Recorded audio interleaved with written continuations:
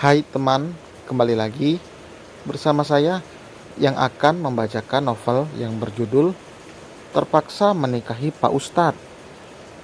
Bagaimana kabar teman sekalian? Mimin doakan semoga puasanya lancar. Semoga kegiatannya juga lancar. Amin, amin ya robbal alamin. Baiklah, langsung saja kita mulai. Bab 105.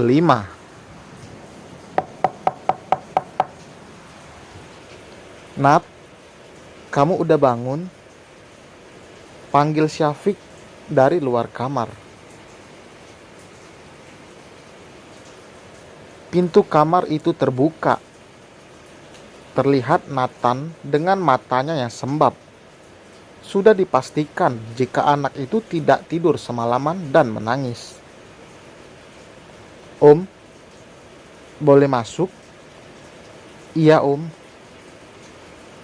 Syafiq tidak tega melihat keponakannya itu. Ia tidak akan memaksa Nathan untuk cerita.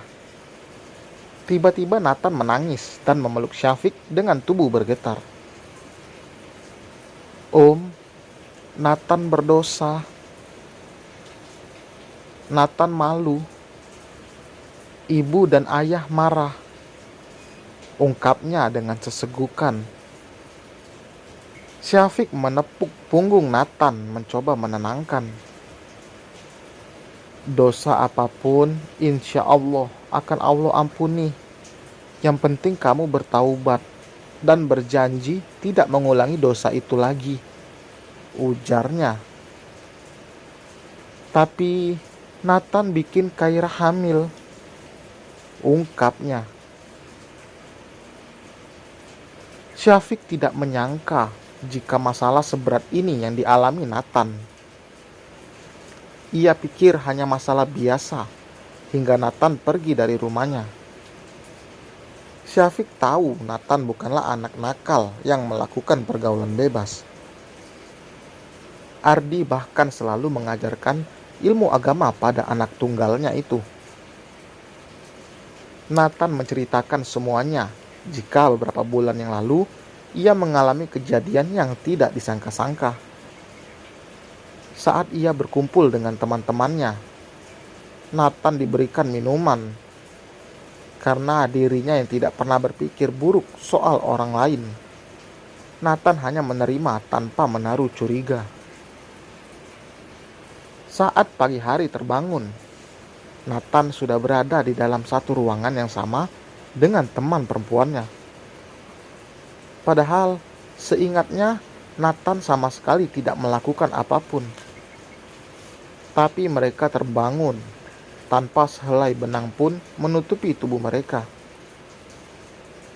Dan 2 hari kemarin, Kaira datang dan mengatakan jika dirinya hamil. Pertanggungjawabkan perbuatan kamu, Nat. Jika kamu ragu, coba selidiki dulu. Apalagi Om dengar dari cerita kamu ada yang janggal, ujar Syafiq. Nathan memang sangat polos. Nathan gak merasa melakukan itu sama Kaira.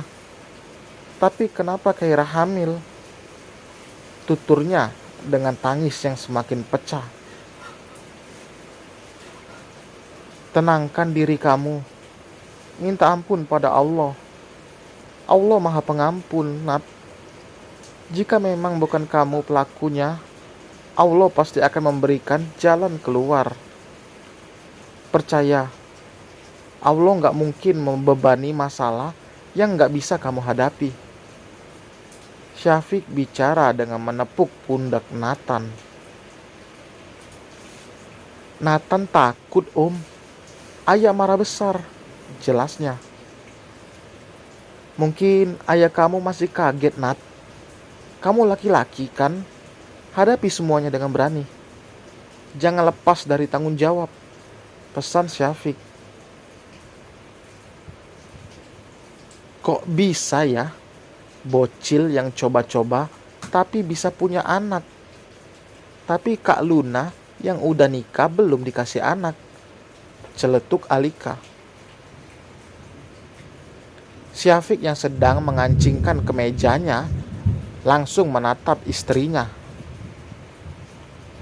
Alika senyum lebar. Nggak sengaja tadi dengar kalian ngobrol.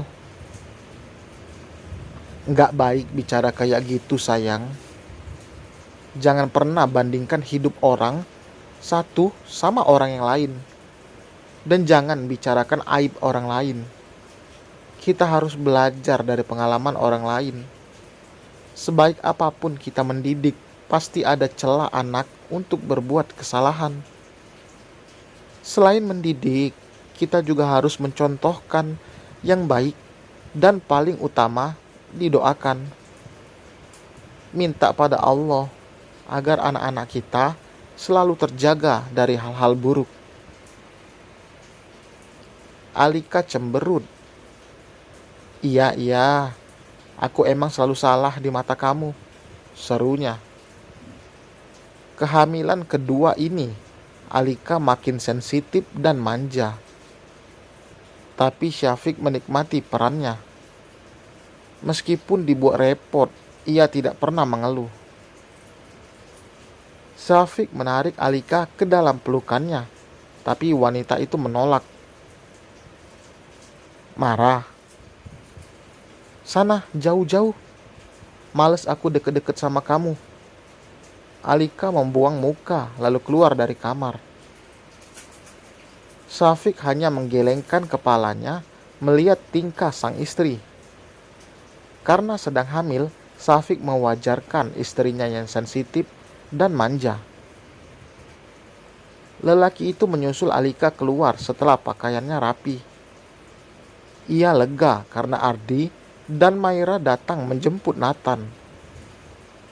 Ia hanya mendoakan yang terbaik untuk keluarga kakaknya itu.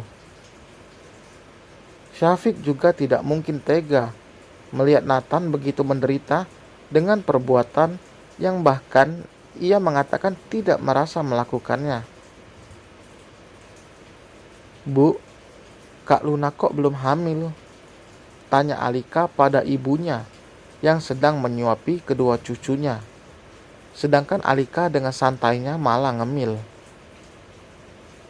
Hus, jangan bicara kayak gitu. Mungkin belum rezekinya. Nanti juga kalau udah waktunya pasti Luna hamil, ujar Bu Rita. Tadi malam Kak Luna cerita kalau dia dikasih jamu sama mertuanya. Padahal Kak Luna kan gak bisa minum jamu. Meskipun gak bicara langsung, tapi mertuanya secara halus minta Kak Luna buat cepat hamil. Jelas Alika. Masa sih? Kok Luna gak cerita ke ibu ya? Kak Luna bilang gak berani bilang ke ibu. Gak mau ibu kepikiran dan sedih, paparnya. Terus, kenapa kamu omongin ke ibu? Keceplosan. Celetuknya santai. Bu Rita hanya menggelengkan kepalanya. Ia juga pernah berpikir, kenapa Alika begitu cepat diberikan kepercayaan? Bahkan kini hamil untuk ketiga. Padahal Alika belum dewasa dan masih kekanak-kanakan. Tapi Aluna yang sudah matang malah belum diberikan kepercayaan.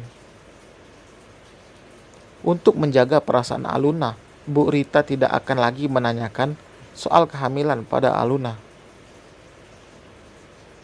Di tengah obrolan mereka, Syafiq datang. Udah mau berangkat, Fik? Tanya Bu Rita. Iya, Bu. Alika masih kesal. Buktinya ia tidak menatap Syafiq. Lelaki itu mencium tangan sang mertua sebelum pamit. Meski sedang marah, Alika tetap mencium tangan suaminya, tapi masih dengan memasang wajah yang masam.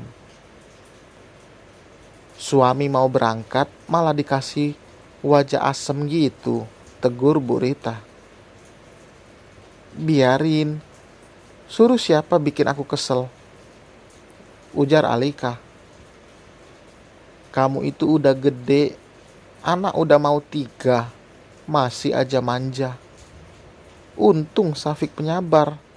Kalau enggak, ibu enggak bisa bayangin. Ya enggak usah ibu bayangin. Lihat dek, masa nenek belain Abi, padahal Abi yang salah.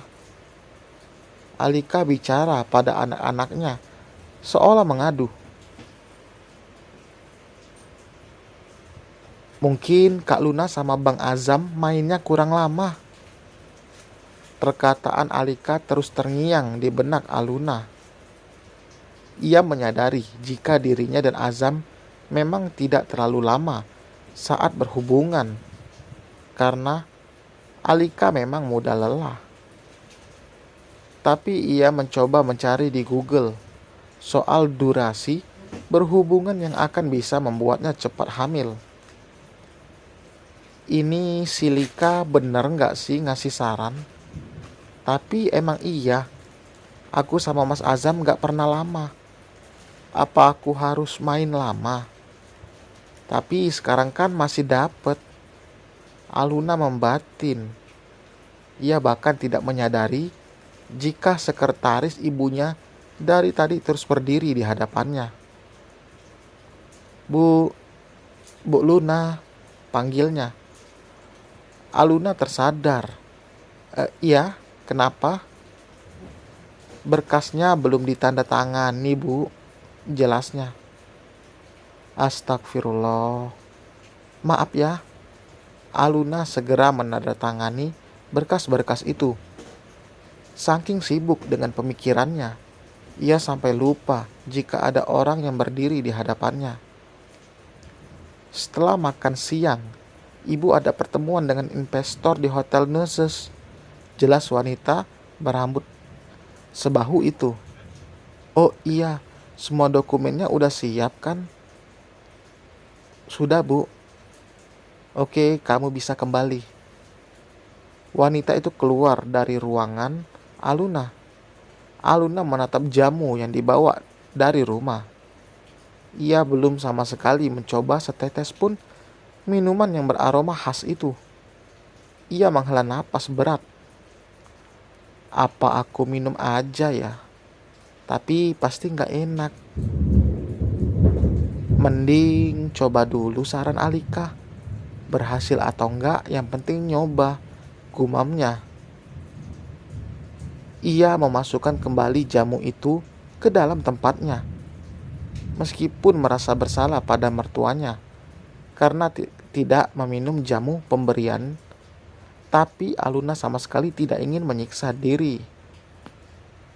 Dan selesai teman, terima kasih telah mendengarkan. Jangan lupa berikan like, komen, serta subscribe di akhir video. Sampai berjumpa di bab berikutnya. Bye.